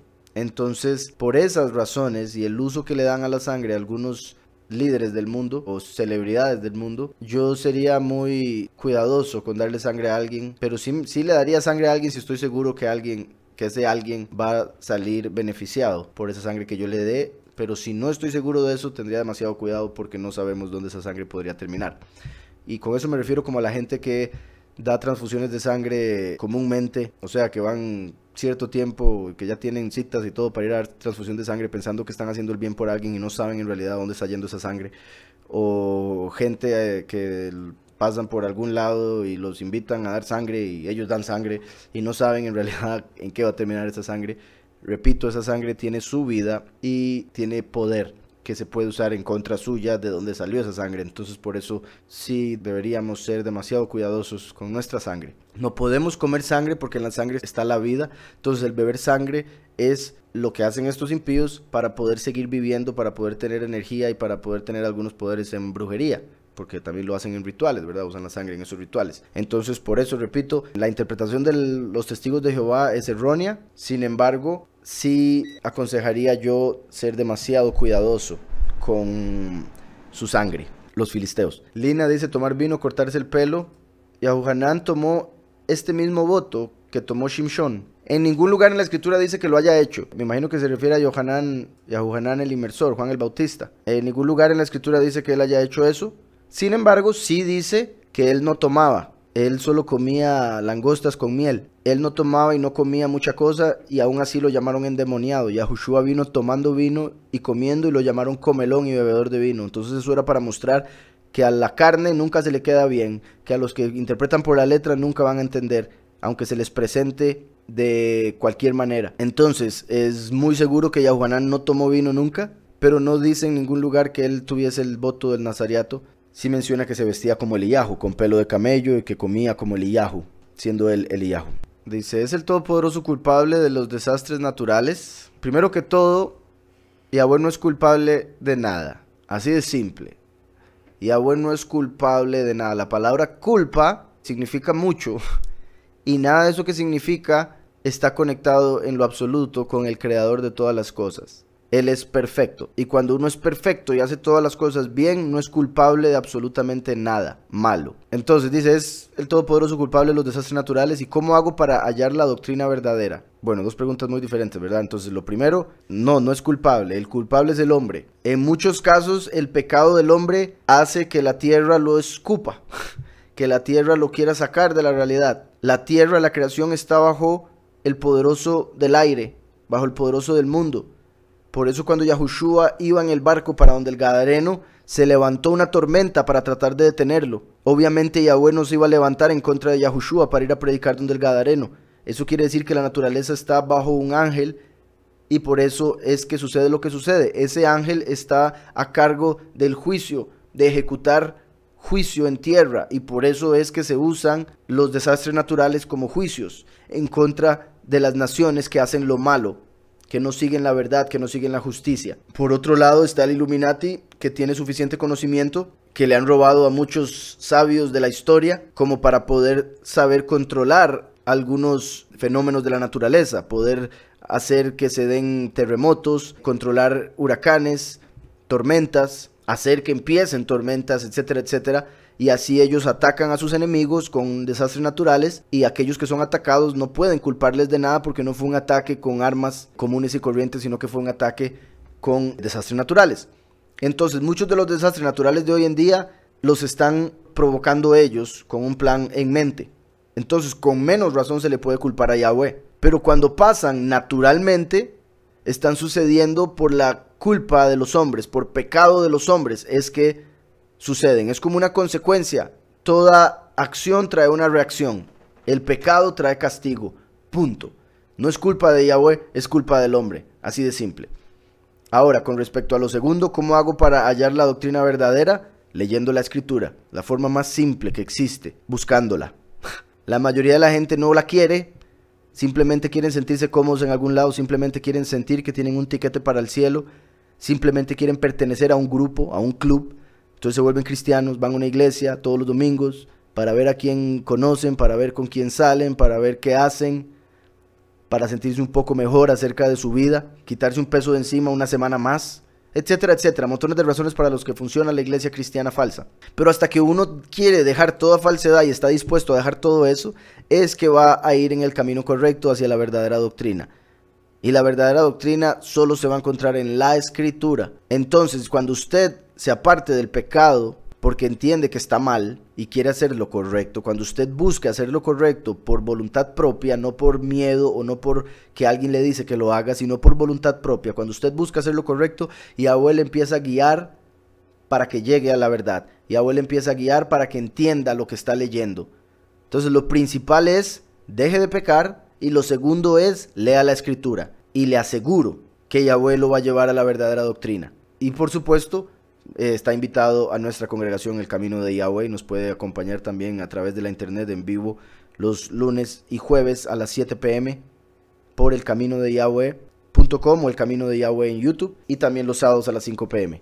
Ahí puede hallar la doctrina correcta, pero nosotros la sacamos de la escritura, entonces usted también puede desde su casa con su escritura. Mi pregunta es sobre cuál sería la explicación sobre lo que dice la escritura, de que la tierra estaba en aguas. Cuando Yahweh hizo la creación, Él se contrajo, Él es la luz, Él contrajo su luz, y cuando contrajo esa luz se creó un espacio, y cuando se creó ese espacio, se creó también el tiempo. Tiempo y espacio es una entidad, dos partes de la misma, tiempo y espacio. Cuando Yahweh decidió crear la realidad, empezó el tiempo, y empezó cuando se contrajo su luz para crear ese espacio. Pero como la luz se contrajo, en ese espacio se dio una oscuridad. Entonces ahí se hizo el segundo cielo, y después dentro de ese espacio, dentro de ese segundo cielo, se podría decir, se hizo la tierra con materia que se creó en el segundo cielo. Esa materia se utilizó para crear la tierra. Cuando se creó la tierra, era un lugar de materia vasto que estaba cubierto de agua, porque en sí se podría decir la materia misma llegó a existir a través de una sustancia acuosa, o sea, toda la materia vino del agua o de algo como el agua, y por eso en la creación de Génesis vemos que Yahweh hizo que la tierra ascendiera del agua, para dar a entender que la materia empezó como agua. Entonces toda la creación era, lo que respecta a esta realidad terrenal, que quede claro, la realidad física, era un campo extenso de puros mares o de pura agua. Y después Yahweh hizo el firmamento en el medio de las aguas, y levantó el firmamento dejando aguas encima del firmamento y aguas debajo del firmamento. Eso lo hizo el segundo día. Después hizo que la tierra saliera del agua. Después de que la tierra salió del agua, hizo el potencial de todas las plantas, todas las semillas, todo eso. El cuarto día hizo el sol y la luna. El quinto día empezó a hacer los animales. El sexto día continuó con los animales, y después hizo al hombre de último, y la mujer después del hombre. Y la tierra estaba desordenada y vacía. Eso en hebreo tiene mucho más revelación que simplemente desordenada y vacía. Pero en el sentido de la definición desordenada y vacía que tenemos en el español, no tiene sentido en cierta forma, porque Yahweh es un poderoso de orden. ¿Cómo es que Él creó algo y ese algo estaba desordenado y vacío? Eso sucedió porque se dio la caída del primer ángel, la caída de Samael. Cuando Samael cayó, él buscó destruir todo lo que había sido creado hasta el momento. Y por eso dejó la realidad física desordenada y vacía. Vacía en el sentido de que Yahweh, cuando hizo la creación, lo que hizo fue contraerse, porque él se mantiene separado. Entonces estaba vacía de la realidad eterna. Por otro lado, desordenada, como la dejó Samael, pero el hecho de que si Yahweh se contrajo, si Yahweh no estaba por eso estaba desordenada, porque Yahweh es el orden. Si Yahweh se separó, estaba en desorden. Yahweh es el que llena todo lo que existe, por ende, si Yahweh se separó de la realidad y por eso estaba oscura, por eso estaba en caos, por eso estaba vacía. También estaba vacía porque ahí fue donde se creó el espacio, y solo donde hay espacio puede haber vacío. Entonces son varias cosas que se pueden decir al respecto de por qué estaba desordenada. Dice, ¿lo mental juega un papel importante en la vida? Completamente. Es el papel más importante, porque ¿dónde está usted si no en su mente? ¿Dónde existe usted si no a través de su mente? Entonces juega el papel más importante, porque si usted pierde la mente, se está perdiendo a sí mismo. Si usted no controla su mente, se va a perder a sí mismo. Va a dejar que alguien lo controle. Si usted no controla su propia mente, alguien lo va a controlar. Hay mucha gente que está siendo controlada por otra persona simplemente porque les da mucha pereza conocerse a sí mismos, poner atención a sus pensamientos y controlar sus pensamientos. Dice, buenas, quisiera saber por qué si cometí muchos errores por años y estoy tratando de cambiar desde hace meses, de hecho no hago ni volveré a hacer las cosas que hacía. ¿Por qué siento que no he sido perdonado? ¿Cuánto tiempo tengo que sufrir por ese tiempo? ¿O por qué no veo cambios y solo sufrimientos sigo pasando? Bueno, hay muchos puntos y muchas posibilidades del por qué. Primero que todo, uno no puede cambiar solo, uno necesita al Padre. Todo lo puedo en el Mesías que me fortalece, pero nada podemos separados de él, dice la Escritura. Entonces, tratar de cambiar por las propias fuerzas es un error. Maldito el hombre que confía en el hombre y el que pone en sus fuerzas su confianza.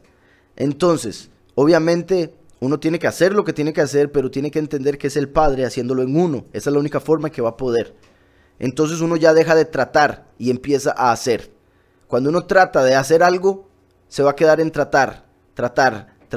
Y mientras uno trata, no está haciendo, no está logrando. Entonces uno tiene que cambiar la mentalidad de voy a tratar de cambiar a voy a cambiar. Punto. Es más, cambié. Soy otro. Porque solo podemos vivir en el presente. Mientras usted esté pensando en cambiar en futuro, nunca va a poder llegar al cambio, porque siempre va a estar en el futuro. Siempre va a estar delante suyo. Nunca va a poder alcanzarlo. Entonces debemos pensar en el presente, en el ya. Y eso mismo le va a ayudar a dejar el pasado y todo lo malo que hizo.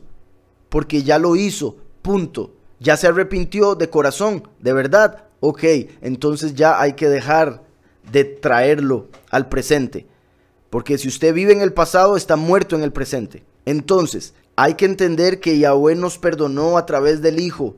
Punto. Y eso es parte de la fe, creer que nos perdonó. A partir de ahí, uno tiene que dejarlo ir. Porque si Yahweh dejó ir el pecado, dejó ir de nosotros lo que nos ensuciaba y nos perdonó, ¿por qué uno se va a seguir condenando? Si el Padre lo perdonó a uno, ¿quién es uno para seguirse culpando? Hay que entender que Satanás es el acusador. Está escrito en Apocalipsis 12, vemos que es el acusador que acusa a nuestros hermanos día y noche ante el Padre. Entonces, esa acusación de Satanás es la que nosotros oímos, aún después de haber sido perdonados por el Padre. Aún después de habernos arrepentido. Entonces uno escucha pensamientos de culpa, porque es Satanás culpándonos, es Satanás tratando de hacernos sentir mal, tratando de hacernos sufrir por algo que Yahweh ya nos perdonó. Y ahí es donde empieza la pelea, entre otras cosas y entre otras batallas. La batalla de ya fui perdonado porque el Cordero lo venció, porque el Cordero pagó por mí, porque Yahushua derramó su sangre por mis pecados, porque yo creo en él y él me perdonó. Punto. Entonces ya el enemigo no puede, pero el enemigo va a tratar y va a venir otro día y le va a decir, ¿se acuerda que usted era esto? ¿Se acuerda lo que usted hizo? Ya no puede hacer esto, ya no puede hacer lo otro porque usted es un pecador.